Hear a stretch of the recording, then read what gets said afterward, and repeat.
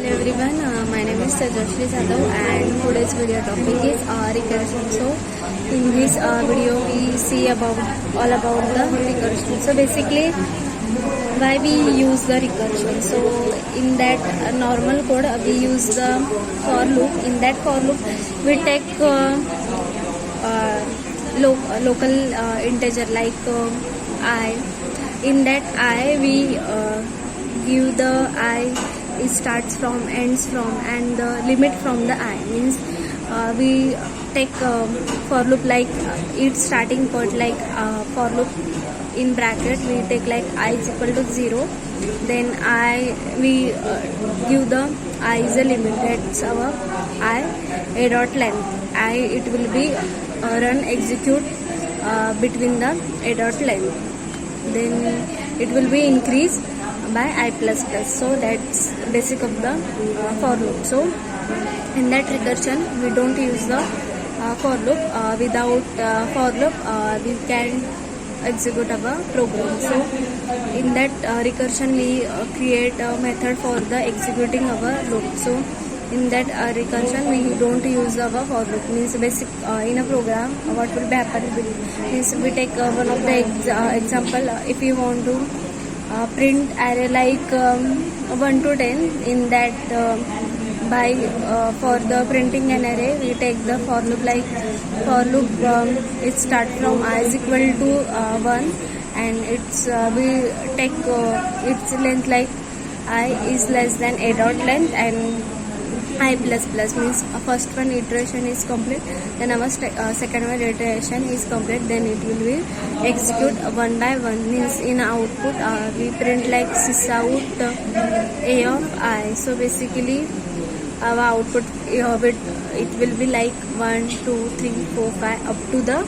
10. So this will be our for loop by taking a for loop in a simple code. So basically it's all about the for loop. In that recursion what will be happen in that recursion, if you want to create and it will be print our output of the array. So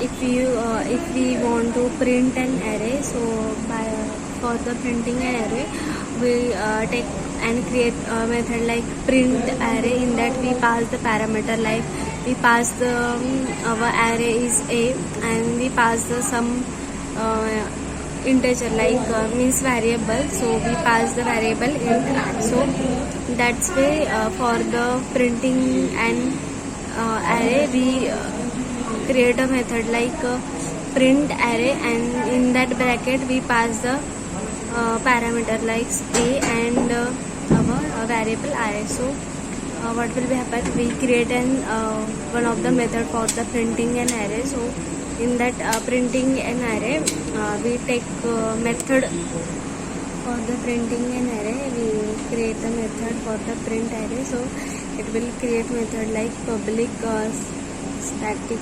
So that's where we create method for the printing an array, and that we first we want to set the limit, means we set the limit like I is less than a dot length. In that we printing like we want to printing an array. So in sys out we write a of I. So a of I is execute within the our a dot length is initial by the I is less than a dot length, so it will be execute.